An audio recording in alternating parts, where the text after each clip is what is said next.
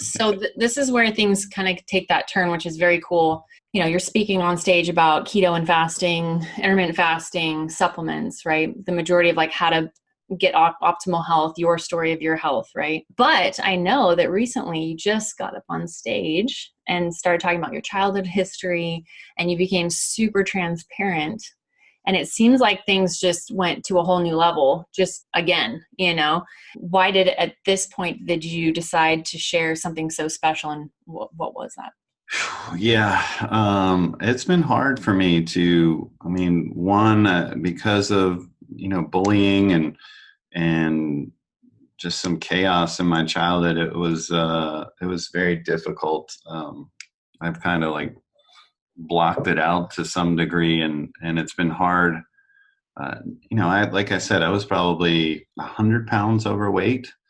And then I hit another point in my life where I was anorexic because I was tired of being the fat kid, and I wasn't eating at all, and I was working out constantly, and I got down to about 165 pounds. And I looked like skin and bones. I'm 6'3". So for me, that was extremely skinny. And I've been suicidal at several points, like we talked about, and that's been hard to open up about. It's hard in general to even open up about my health issues, because I thought I'm a registered dietitian, I'm a biochemist, I'm a certified sports nutritionist, and I'm supposed to be healthy and fit. And I'm supposed to be the perfect view of health. Like when people look at me, when people talk to me, I'm not supposed to get sick. I'm not supposed to have immune issues. I'm not supposed to have suicidal thoughts. I'm not supposed to have history of severe depression and anorexia and all the things that I've been through, but I do. And it took me a while to appreciate that. When I started working with companies on branding and really getting really deep with some CEOs, that helped me, because a lot of them would be opening up about their past and suicidal thoughts and molestation. Like a lot of men have been molested and not talked about it. And you just find in general that these driven entrepreneurs and CEOs, sometimes there's something behind that drive. And probably 90% of the time, these guys that I've talked to and worked with, they open up with some really heavy stuff. And it helped me realize that most successful people have this in common, like that they're hiding, they're broken, and our broken is our beautiful. Like it's what helps us connect with people. It's what helps us empathize with people. When I started privately sharing with them some things that I've been through, then it helped them open up even more. Then they started discovering their why. Then they fell in love with their company all over again in a very different way.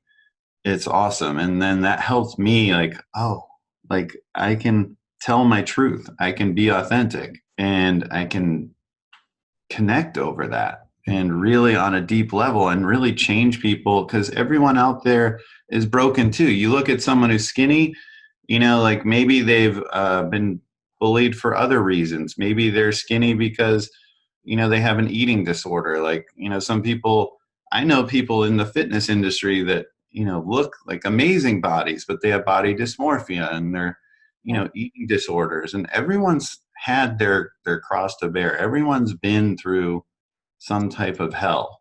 Yeah. And I'm here now to just tell my truth.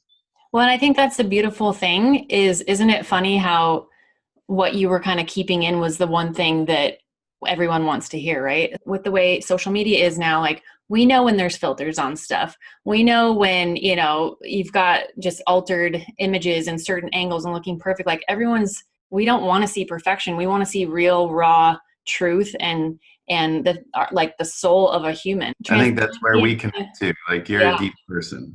Give me the soul, So I really found that like people, like I was reluctant, one, to tell my own story because it was deeply personal, and I'm going to talk about being the fat kid, talking about being suicidal, talking about it not being a straight path of I know what I'm going to do. And I just chased it down and I'm perfect.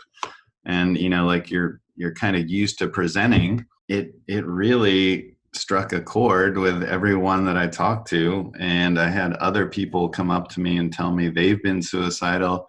They've had body dysmorphia. They've had eating disorders. My dreams that I decided to chase down were to be the best formulator in the world. And now I'm called the world's greatest formulator. And, my dream was to be a respected registered dietitian and a sports nutritionist and, get a background in biochemistry and do formulations and maybe, patent ingredients. And I've done all these things. So it's incredible. And I wouldn't be here unless I had all my broken. I wouldn't be here without all my gifts, but I wouldn't be here without all my broken either.